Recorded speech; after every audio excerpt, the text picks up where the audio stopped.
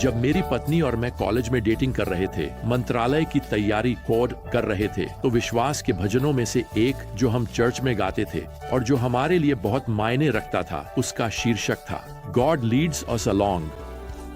अब हम उससे 1 साल बाद मिले थे, जब उसके भाई की एक कार दुर्घटना में मृत्यु हो गई थी और वह मुझसे कहीं अधिक समझती थी कि उस भजन के बोल गाने का क्या मतलब होता है। कुछ बोल इस प्रकार हैं। कभी कभी पहाड़ पर, जहां सूरज बहुत चमकता है, भगवान अपने प्रिय बच्चों को आगे ले जाते हैं। कभी कभी घाटी में, रात के सबसे अंधेरे में, भगवान अपने प्रिय बच्चों को आगे ले जाते हैं। कुछ पानी के माध्यम से, कुछ बाढ़ के माध्यम से, कुछ आग के माध्यम से, लेकिन सभी खून के माध्यम से। कुछ महान दुख के माध्यम से, लेकिन भगवान रात के समय और पूरे दिन एक गीत देते हैं। खैर, मैंने इसके बारे में सोचा जब मैं अपनी ज्ञान यात्रा में इस अगले भजन पर पहुंचा, क्योंकि यह 1 सदी पहले उस भजन लेखक के लिए प्रेरणा का स्रोत था। भजन 66 के बीच में भजनकार यहां पद 12 में लिखते हैं, हम आग और पानी के माध्यम से गए, फिर भी आपने हमें समृद्धि के स्थान पर पहुंचाया। अब इस विशेष भजन के लेखक अज्ञात हैं। हम नहीं जानते कि इन गीतों को यहां किसने लिखा, लेकिन हम विश्वासियों के रूप में जानते हैं कि यह सत्य है ना? जब जब हम किसी भारी आघात या किसी बड़े दुख या जीवन में किसी असफलता का सामना कर रहे होते हैं, तो हम जानते हैं कि हम बाद में पीछे मुड़कर देख सकते हैं और देख सकते हैं कि तब भी वह घाटी एक स्थान था जहां भगवान हमें ले जा रहे थे, जब हम उसके प्रिय बच्चों के रूप में उसके माध्यम से चल रहे थे। अब भजनकार यहां पद 10 में लिखते हैं, क्योंकि तू हे परमेश्वर ने हमें परखा है, तूने हमें चांदी की तरह परखा है, तूने हमें जाल में डाला, तूने हमारे पीठ पर एक भारी बोझ रखा, तूने लोगों को हमारे सिर पर सवारी करने दी। यहां यह है, हम आग और पानी से गुजरे, फिर भी तूने हमें बाहर निकाला। यह वह पाठ है जिसने जॉर्ज यंग नामक एक प्रचारक को 100 से अधिक वर्ष पहले उस विश्वास के भजन को लिखने के लिए प्रेरित किया। जॉर्ज और उनके परिवार ने अपने वर्षों को, जैसा कि मैंने उनकी संक्षिप्त जीवनी में पढ़ा, गरीब क्षेत्रों में, ग्रामीण क्षेत्रों में, संयुक्त राज्य अमेरिका के मिडवेस्ट में छोटे चर्चों की सेवा करते हुए बिताया। उन्होंने वर्षों तक उधार के स्थानों में जीवन व्यतीत किया। वे हाथ से मुंह तक जीवन जीते थे। जॉर्ज अक्सर अपने परिवार को याद दिलाते थे कि उनके मुंह तक आने वाला हाथ परमेश्वर का हाथ था। जब उनके पास अंततः लकड़ी खरीदने के लिए पर्याप्त पैसा हो गया, तो जॉर्ज ने अपने परिवार के लिए अपने हाथों से एक घर बनाया और अंततः वह दिन आया जब वे अपने नए पारिवारिक घर में चले गए। वे बरामदे में खड़े हुए। उन्होंने अपने विश्वास योग्य प्रभु के लिए स्तुति गान गाया, जिसने उनके लिए प्रबंध किया था। खैर, कुछ समय बाद जब वे प्रचार सेवाएं आयोजित करने के लिए बाहर गए हुए थे, तो जॉर्ज के उपदेश से नाराज किसी व्यक्ति ने रात में उनके नए घर में आग लगा दी। जब परिवार वापस आया, तो उन्होंने पाया कि उनकी सारी संपत्ति नष्ट हो चुकी थी और आप इस नुकसान की कल्पना नहीं कर सकते। क्या एक भयंकर आघात था। लेकिन कुछ ही दिनों में जॉर्ज ने अकेले बैठकर वह भजन लिखा जो 1903 में प्रकाशित होगा। कुछ पानी के माध्यम से, कुछ बाढ़ के माध्यम से, कुछ आग के माध्यम से, लेकिन सभी रक्त के माध्यम से, कुछ महान दुख के माध्यम से, लेकिन भगवान रात के समय और पूरे दिन एक गीत देते हैं। अब इस प्रेरित भजनकार के लिए यह केवल जीवन के माध्यम से मार्गदर्शन करने के बारे में नहीं था। यह भगवान की उपस्थिति की महिमा तक पहुंचने के लिए मार्गदर्शन करने के बारे में था, जो आने वाले राज्य में है। वास्तव में अगले भजन 67 में, यह भी गुमनाम है, लेकिन यह भजन 66 की थीम को उठाता है और हमें उस क्षण तक ले जाता है जब भगवान की महिमा पूरी दुनिया में जानी जाती है।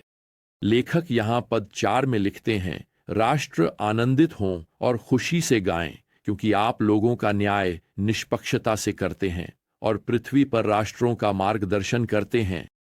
अब यदि आप समय रेखा को एक साथ रखते हैं तो बाइबल हमें बताती है कि जब चर्च को उठा लिया जाएगा, भगवान के पुत्र द्वारा ले जाया जाएगा और उनके पिता के घर ले जाया जाएगा, तब पृथ्वी पर मसीह विरोधी प्रकट होगा। 7 साल की कष्ट की अवधि घटित होगी और उस समय के दौरान पृथ्वी पर भगवान का मुख्य ध्यान चर्च नहीं होगा, यह इज़राइल की ओर लौटेगा।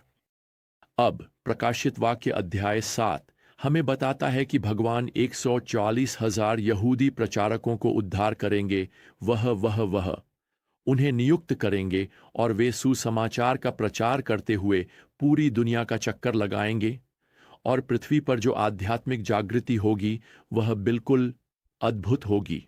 तो जब मसीह विरोधी अपनी सबसे बुरी हरकतें कर रहा होगा, तब पृथ्वी पर हर भाषा और राष्ट्र का प्रतिनिधित्व करने वाले लोग यीशु मसीह में अपना विश्वास रखेंगे और इज़राइल यहूदी लोग, याकूब के वंशज, पश्चाताप करेंगे।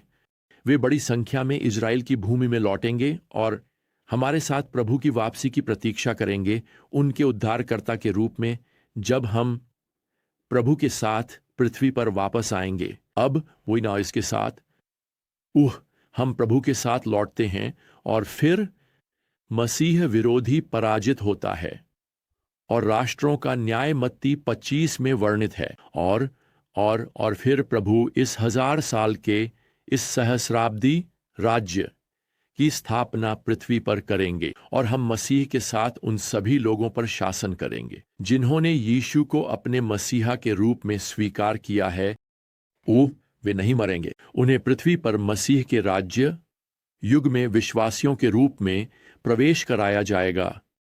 पुराने नियम की सभी प्रतिज्ञाएं और नए नियम की सभी प्रतिज्ञाएं इज़राइल के लिए शाब्दिक रूप से पूरी होंगी।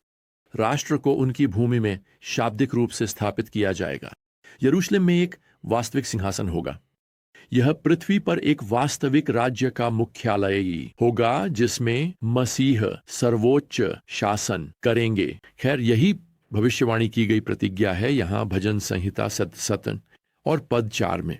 वास्तव में मुझे इसे फिर से पढ़ने दें। राष्ट्र आनंदित हों और खुशी से गाएं, क्योंकि आप लोगों का न्याय निष्पक्षता से करते हैं और पृथ्वी पर राष्ट्रों का मार्गदर्शन करते हैं।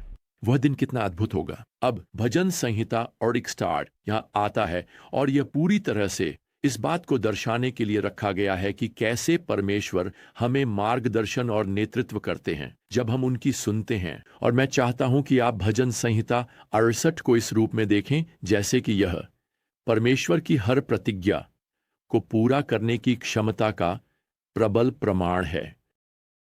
भजन संहिता 68 के पहले पद में प्रभु की शक्ति यहां देखी जाती है जब उनके शत्रु बिखर जाते हैं और जो उनसे घृणा करते हैं वे उनके सामने से भाग जाते हैं।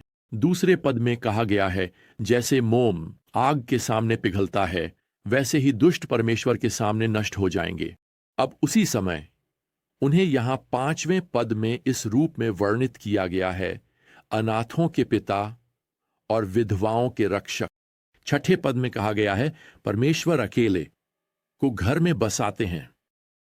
हर तरह से 10वां पद हमें याद दिलाता है कि उन्होंने जरूरतमंदों के लिए प्रबंध किया है। ओह हां, यह आपके जीवन काल में कभी कभी हाथ से मुंह तक हो सकता है, लेकिन आपके मुंह तक हाथ वास्तव में परमेश्वर का हाथ है। अब 16वें पद में भाषा प्रभु की ओर मुड़ती है, जो उस पर्वत पर बसते हैं जिसे परमेश्वर ने अपनी निवास के लिए चाहा था। अब वह माउंट सिय्योन होगा, वह होगा यरूशलेम। ये एक भविष्यवाणी है कि यरूशलेम प्रभु के आने वाले सहस्राब्दी राज्य की राजधानी शहर होगा। अब क्या होने वाला है जब परमेश्वर इस नए राज्य युग की शुरुआत करेंगे? खैर, हमें यहां बताया गया है इस भविष्यवाणी कविता में, भजन संहिता 68 के पद 32 में, हे पृथ्वी के राज्यों, परमेश्वर के लिए गाओ, प्रभु की स्तुति करो, उसके लिए जो स्वर्ग में सवारी करता है। परमेश्वर को शक्ति दो, जिसकी महिमा इज़राइल पर है और जिसकी शक्ति आकाश में है। परमेश्वर अपने पवित्र स्थान से अद्भुत है। इस्राएल का परमेश्वर वही अपने लोगों को शक्ति और सामर्थ्य देता है। परमेश्वर की महिमा हो। खैर, उस राज्य के दिन तक इस बीच हम क्या कर रहे हैं? खैर, हमें इन गीतों को परमेश्वर के लिए वापस गाना चाहिए। हमें पद 19 में यह दिया गया है, प्रभु की महिमा हो जो प्रतिदिन हमें उठाता है। आप जानते हैं, यह जॉर्ज यंग की गवाही की तरह बहुत लगता है, जब वह अपने परिवार के साथ वहां खड़े होकर उन राख के ढेर को देख रहे थे जो कभी उनका पारिवारिक घर था।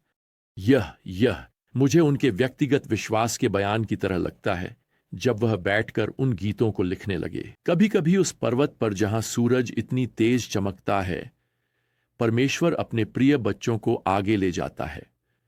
ओह, लेकिन कभी कभी घाटी में, रात के सबसे अंधेरे में, परमेश्वर अपने प्रिय बच्चों को आगे ले जाता है।